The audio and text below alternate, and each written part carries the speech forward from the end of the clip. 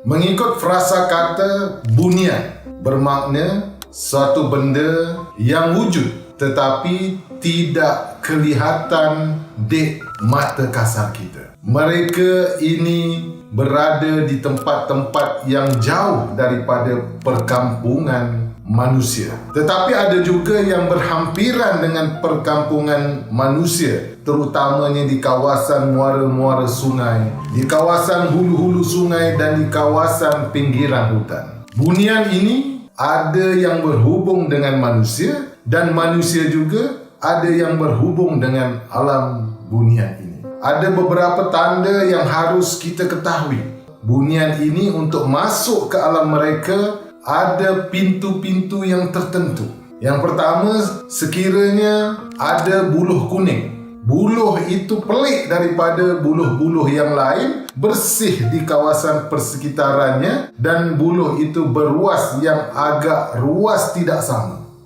Tanda yang kedua, tuan-tuan, buluh yang selalunya melengkung banyak di sesuatu tempat itu seperti ada terawum di bawah buluh itu. Yang ketiga, tuan-tuan, sekiranya pohon rendang yang besar di bawahnya bersih dan seakan-akan ada tali buaian, maka itu juga adalah pintu masuk ke alam bunian. Seterusnya, sekiranya ada air terjun di belakang air terjun itu masih ada ruang, maka di situ juga pintu masuk ke alam bunian. Sebab itu tidak digalakkan untuk bercakap besar, bercakap perkara-perkara yang tidak baik ketika berada di sesuatu tempat itu, kerana bunian ini tidak suka kepada orang yang bongkak, kepada orang yang bercakap besar, kepada orang yang bercakap tidak tentu hala tanpa ilmu pengetahuan yang mendalam. Sekiranya kita sudah memasuki ke alam bunian itu, kita juga akan nampak perkampungan mereka. Mereka juga sama seperti kita, tetapi mereka ini nampak seperti kabus-kabus kehidupan mereka itu. Kita masuk ke perkampungan mereka akan bertanya kepada kita sesuatu, maka kita harus menjawabnya dengan hati yang tulus ikhlas, supaya kita dapat berhubung dengan mereka dengan sebaik mungkin. Ramai orang yang boleh berhubung dengan alam bunian ini, tuan-tuan. Mereka juga berhubung seperti kita. Apabila sampai ke pintu bunian itu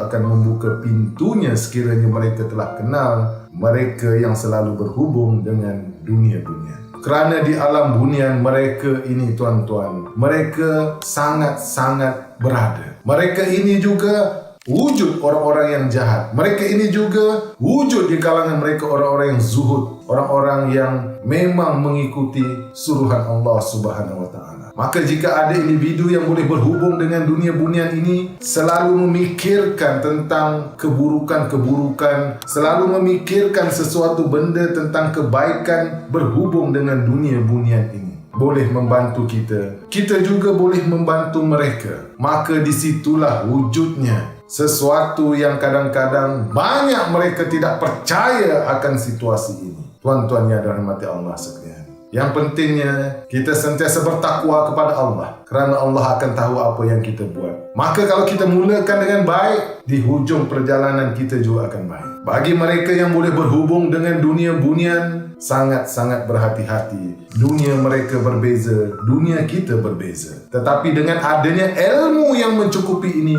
maka gunakan sebaik mungkin. Sekian, wabillahi taufiq wal hidayah. Wassalamualaikum warahmatullahi wabarakatuh. Terima kasih.